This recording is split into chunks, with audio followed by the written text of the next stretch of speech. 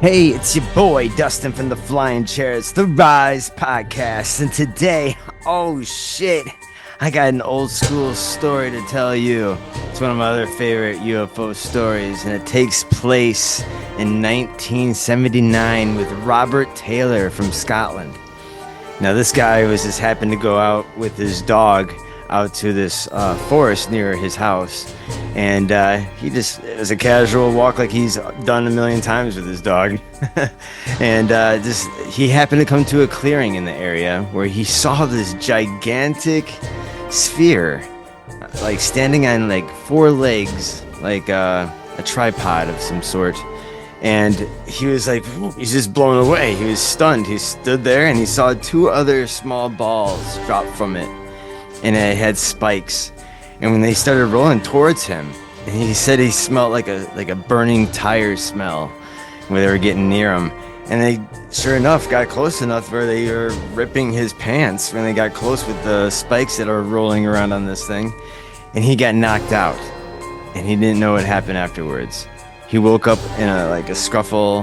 His dog was nearby. He came home, and his wife was totally worried about him, like saying, "Look at yourself. What happened?" And he told the story, and she just was like, "I think we need to talk to a doctor." Until UFO, and I think the police got involved, where they actually went back to the spot where he said he saw this thing, and there actually were tracks on the ground of like punctured holes of the rolling spike balls, and the bigger sphere of like the tracks. There's very awesome. Yeah, I'm just blown away by the story, and the fact that like he kind of got attacked. He got knocked out by some sort and got his pants ripped up and got scruffled a little bit.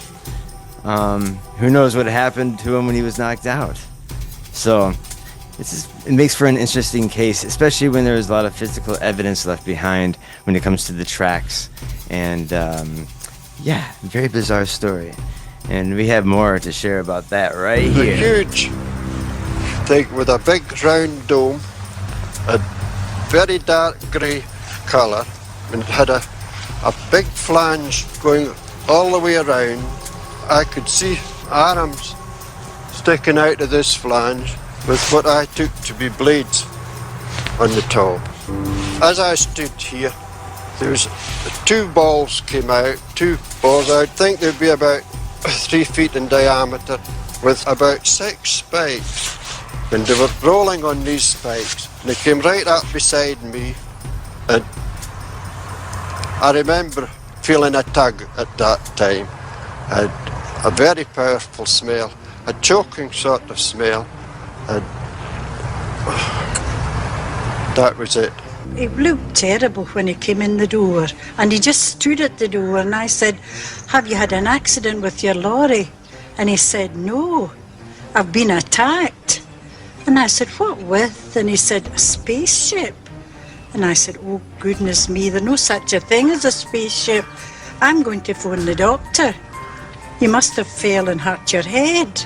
He looked quite shocked, and he was drained. He was right white, and his face was dirty, and he had a red scar here, and his clothes were all dirty, and his trousers. And then he told me his trousers had been torn. On examining the area, I found 2 track marks and approximately 40 holes in the ground. And these are the track marks here, and these are the 40 holes. Since then, I've photographed the holes. This is a photograph of the hole here. This is the holes that measured approximately 3.5 inches. And this other photograph here, you can actually see the tread marks correspond to the marks here. These markings and tracks were actually inside this area here that's fenced off, and there's definitely no other tracks leading to or from this area. These are the trousers worn by Mr. Taylor. As you can see, they're of fairly heavy material. We have a tear on the left, just below the pocket, and one on the right trouser leg, again just below the pocket. These marks are consistent with the material having been pulled up while the trousers were being worn. We must accept the story of Mr. Taylor He is a very highly respected member of the community, a man of high integrity, and not one likely to invent such a story.